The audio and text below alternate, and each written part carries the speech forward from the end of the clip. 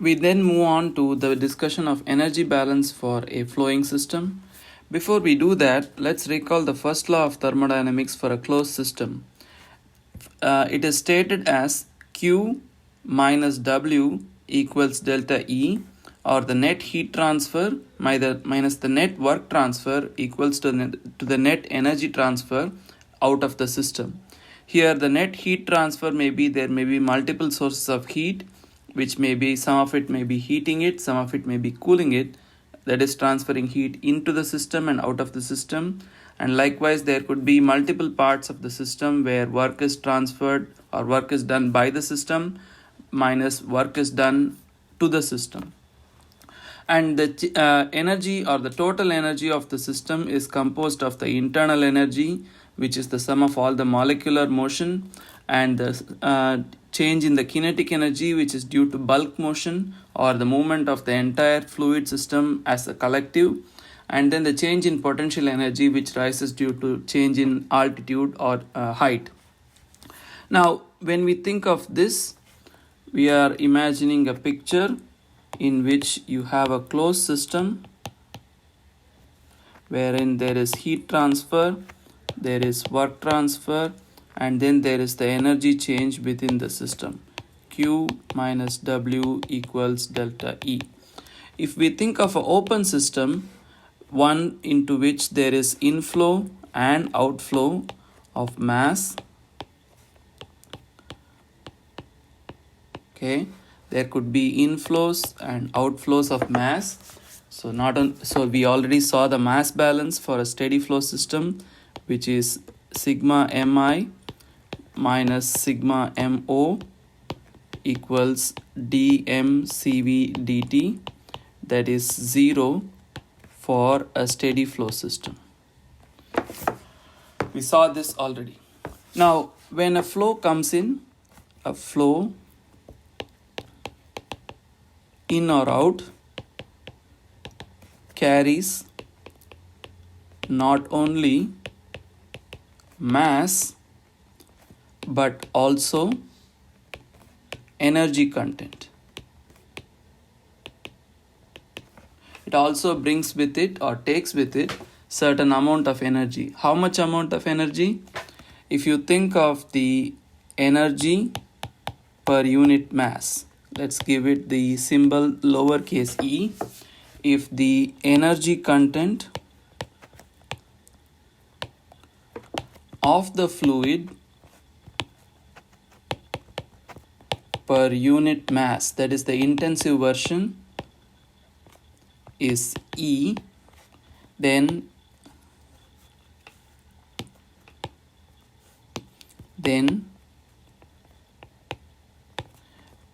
m dot times E is the flow or is the energy flow rate in or out of the system. That is, if you have a flow rate of m dot coming in or going out, it brings with it or takes with it an energy content of m dot times E. Now m dot has units of kg per second and m dot E would have kg per second times joule per kg, making it joule per second. Okay, it's the amount of energy brought into the system or taken out of the system per unit time. So you have your energy content coming in. So let's draw the picture again of a system into which there are multiple inflows and outflows. For simplicity, I'm just showing one of them. So what is the energy content coming in? Or I'll just write it as energy content or energy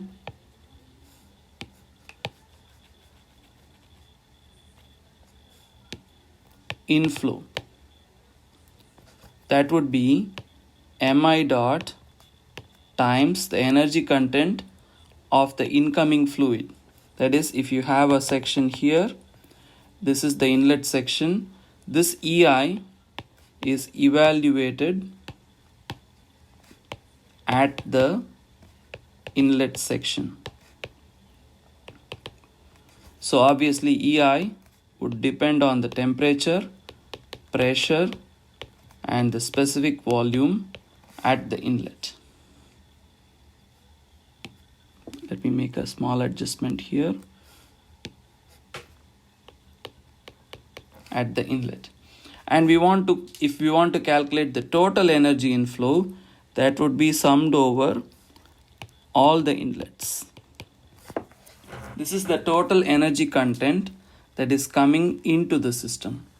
Likewise, you can simply write the total energy outflow would analogously be the summation of all the outflow mass flow rates times the energy content of the flow that's leaving the system, and obviously EO depends on the temperature at the outlet, the pressure at the outlet, and the specific volume at the outlet. So we have just identified energy inflow equals sigma mi EI over all the inlets, and energy outflow would be sigma mo EO over all the outlets. Now if you think of a control volume,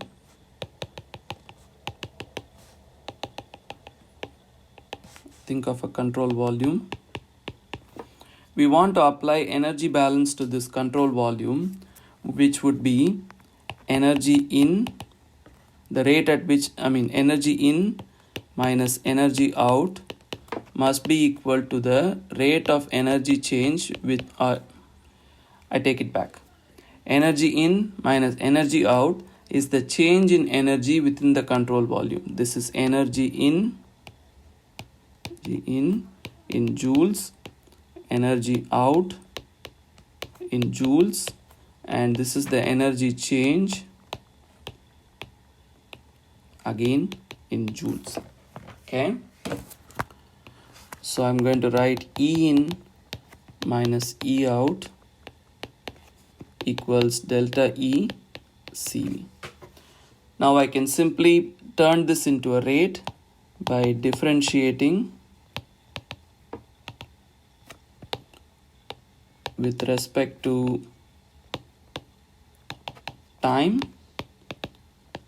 I get the rate at which energy is brought in, EI dot, minus the rate at which energy leaves is EO dot, is equal to delta E CV divided by delta T, or dE CV divided by dt. Okay, this is the rate at which energy changes. Now what is EI dot in? EI dot in is the energy content that is brought in with the flow. It's the sum of the inlet flow rate times the energy content at the inlet, energy content of the fluid at the inlet. EI is energy content of the fluid at the inlet, summed over all the inlets. Okay, this is not the only form in which energy is brought in. Okay,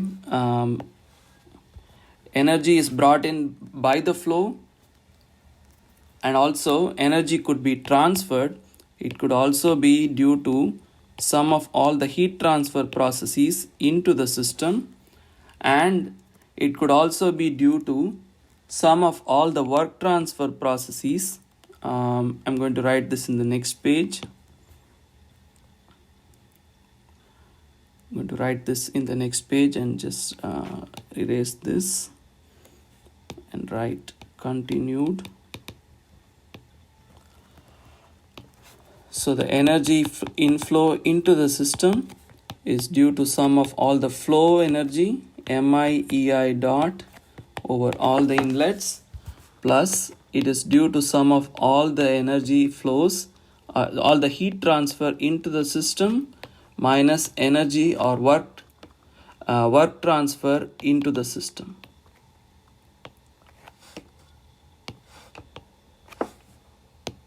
These summations, they represent multiple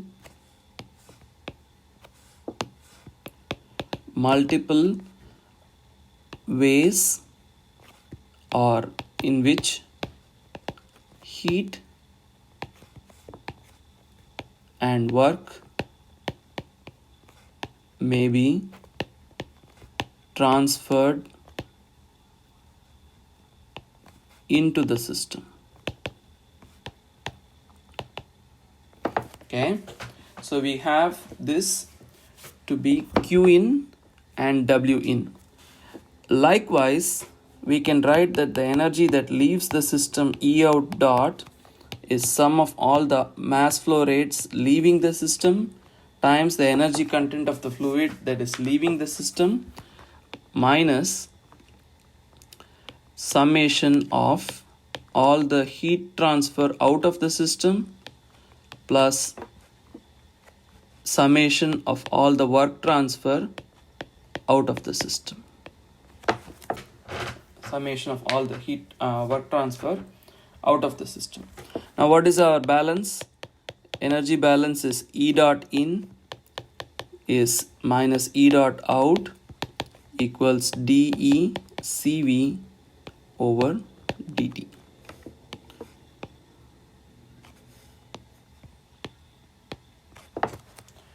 Over dt.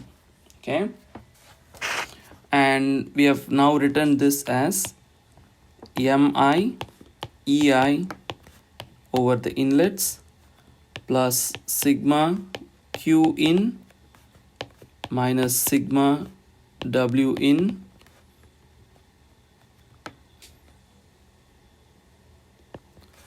plus sigma MO EO plus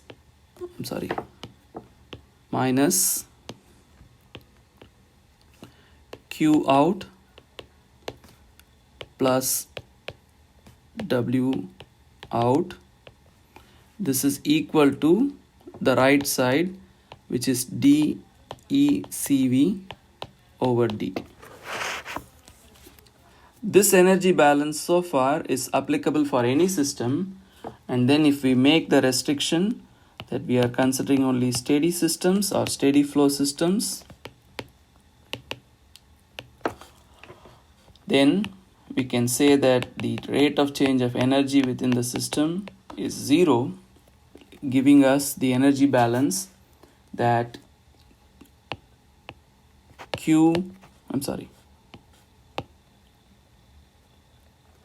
giving us the energy balance where EI dot in equals EI dot out equals E dot out. So we have this basic relation where we have put together a relation between the energy that comes in and the energy that leaves the system. Okay, so far we have looked at the energy content of the incoming or the flow that's leaving the system. Let's say EI or EO must be specified, and since it depends only on the conditions, EI being an intensive variable is also a combination of variables that depend on the pressure, temperature and the specific volume, making it also a state variable. Now, what would be the energy content in general? Energy content, energy per unit mass of a flowing fluid. E would be, first of all, there would be the contribution of the molecules, which is what we denote as the internal energy. And then there is the contribution of the bulk flow, which we denote as V squared over 2, plus there is the contribution of potential energy, which we denote as G times Z. So if you think of this is internal energy, this is kinetic energy, and this is potential energy. This is energy per unit mass, joule per kilogram. And if you think of V squared by 2, what is the unit of V squared by 2? You can think of V squared by 2 as half m V squared divided by m, which is joule per kilogram. And mgz divided by m is also joule per kilogram. So dimensionally this relationship is consistent, and these are all energies that are inherent to the fluid. The former is due to temperature or the molecular motion. The middle term is due to the bulk motion, and the last term is due to the elevation or altitude. Now, what distinguishes a flowing fluid from a static fluid is that if we have a system and we have an inlet and there is a flow going in, this flow needs to be driven by a certain pressure acting at the inlet, and then we have a density or a specific volume as well. The product P times the specific volume is called the flow work, and at the inlet and outlet, Pi nu I and Po nu O are respectively the flow work done on the fluid. So in terms of the energy content, one would also include the flow work along with the internal energy and the kinetic energy, the potential energy, plus P times nu. This would be the total energy content that includes internal, kinetic, potential, and flow work.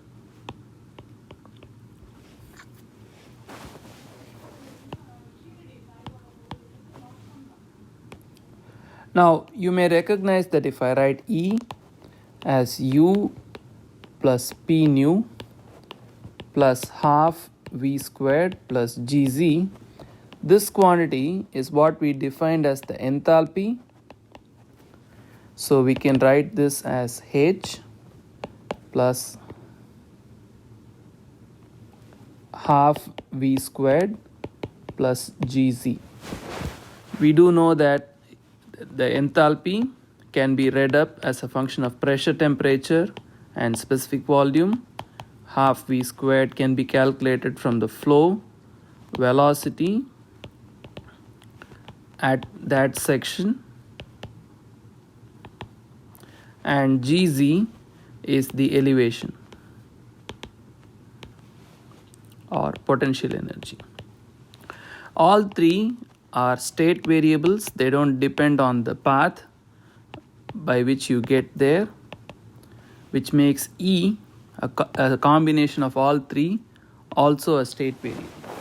Okay, so we are back to the energy balance of a steady system, wherein E dot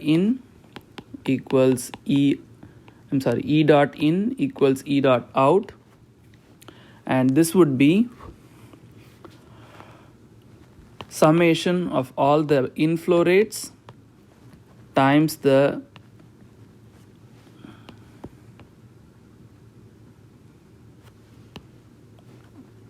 times the energy content of the inflow rates over all the inlets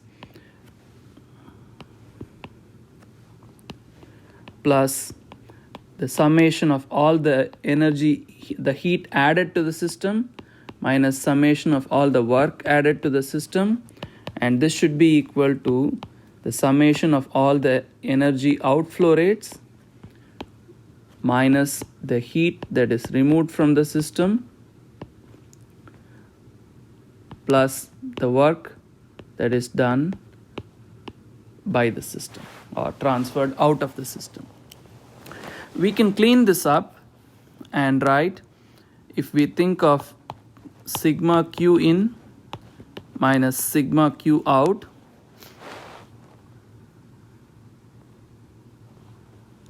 plus sigma q out equals q dot. That is, this is the total heat added and this is the total heat removed. This would be the net heat transfer. It could be positive or negative depending on the heat is being added in effect or being removed in effect. And the same goes for the work transfer, which is, I can write W in plus W out equals to W dot.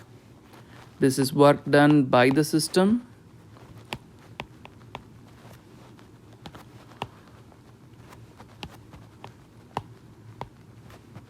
work done to the system or transferred work done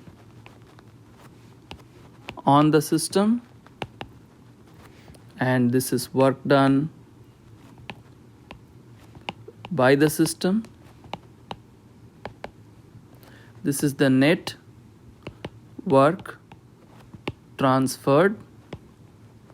It could be positive or negative depending on the whether the system ends up doing work or work is transferred or work is done on the system. So we'll recall our sign convention.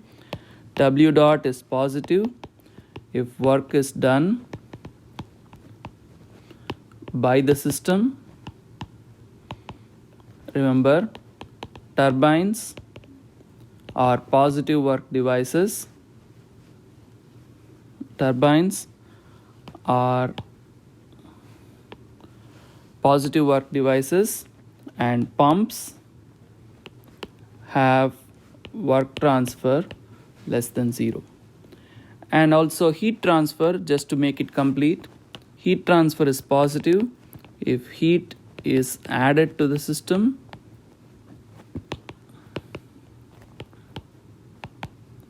and heat transfer is negative if heat is removed.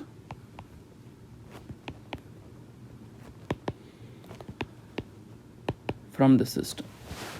So we have summation of heat into the system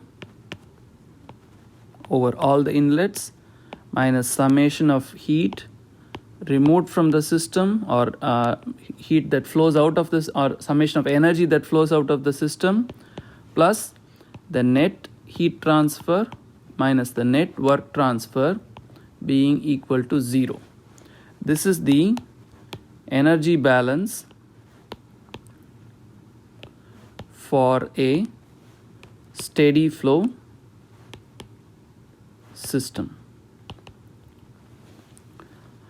It is very important. It's the equation that we'll be using a lot of times to solve problems. So let me write it down again.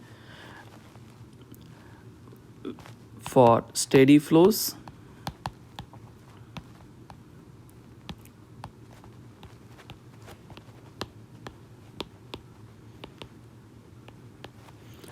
sigma mi dot ei minus sigma mo dot eo over all the inlets over all the outlets plus the net heat transfer minus the net work transfer equals 0. E is enthalpy plus kinetic energy plus potential energy, joule per kilogram. Remember that. Okay. Enthalpy can be looked up from the property tables, like for example for water, or can be calculated for gases like air, assuming the ideal gas model. Velocity is usually known or will be calculated. The change in elevation is also something that can be measured. So this is the energy balance for a steady flow system, and when combined with the mass balance, so I'm going to write mass balance for a steady flow system, that is mi dot equals mo dot. That's over all the inlets and all the outlets. The energy balance looks as sigma mi ei minus sigma mo eo plus q dot minus w dot equals 0. And E is h plus half v squared plus gz. Q dot is the net heat transfer in or out of the system, and W dot is the net work transfer in or out of the system. This is a very important slide. It has all the information you need to solve problems. These should be in your equation sheet if you're trying to apply mass and energy balance for a steady flow system. So the important condition is steady flow system, and these two equations will be used simultaneously to do mass and energy balance. Lastly, we discuss common simplifying assumptions that we do while solving problems. Simplifying assumptions in order to make the thermodynamic analysis of practical systems easier, we make these assumptions. Usually, if we have small surface areas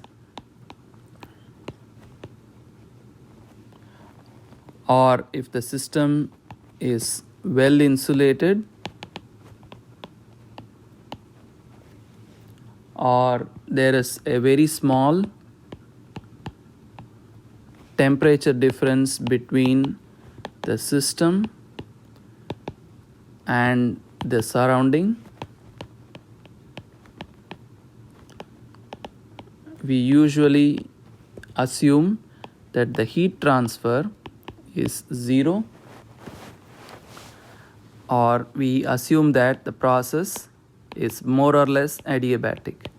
Of course, as it's true with any assumption, this is never strictly true, but in these situations we think it's reasonably true in order to simplify and facilitate analysis. Secondly, if there is no change in the volume, in the system volume, like for example, if you have a fixed container,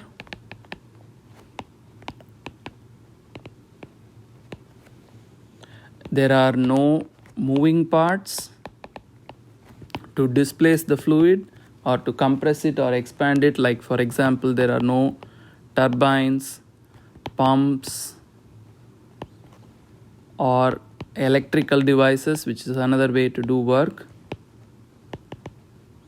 then we presume that the work transfer is 0. There is no compression or expansion, there is no significant boundary work.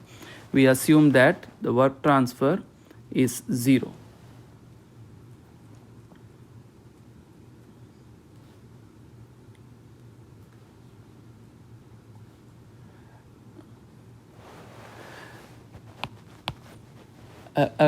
if there is a very small change in elevation,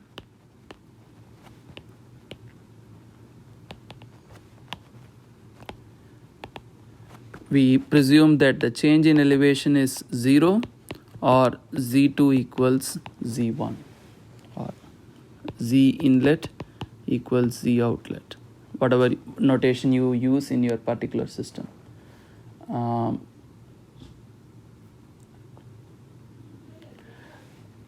If the inlet is much larger than the outlet,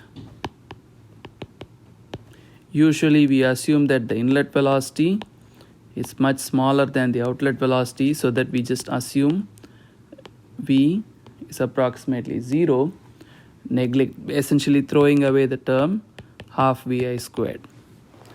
We'll see these assumptions made during problems, and especially if you go through the textbook, chapter 5, you can go through all the parts that deal with the steady flow, mass, and energy balance. Unsteady effects are not considered in this course, so you don't have to read up about them for the exam. You can of course read up about them and also go through the notes posted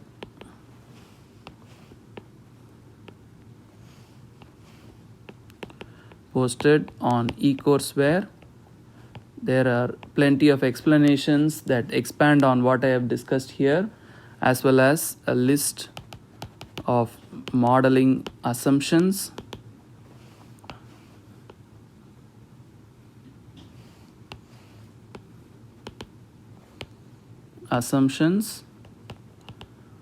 and examples. So please go through them. Okay. Some of the thermal systems or devices that we will analyze using the methods of this section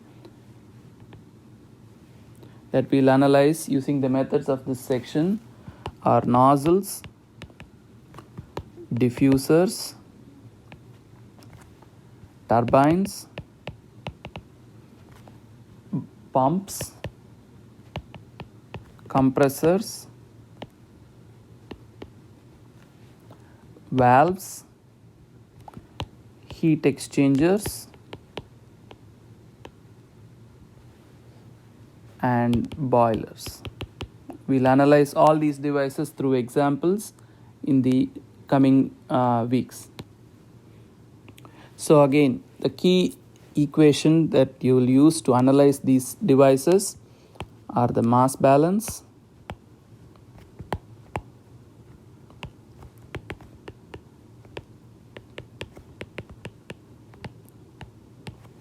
and the energy balance for steady flow systems.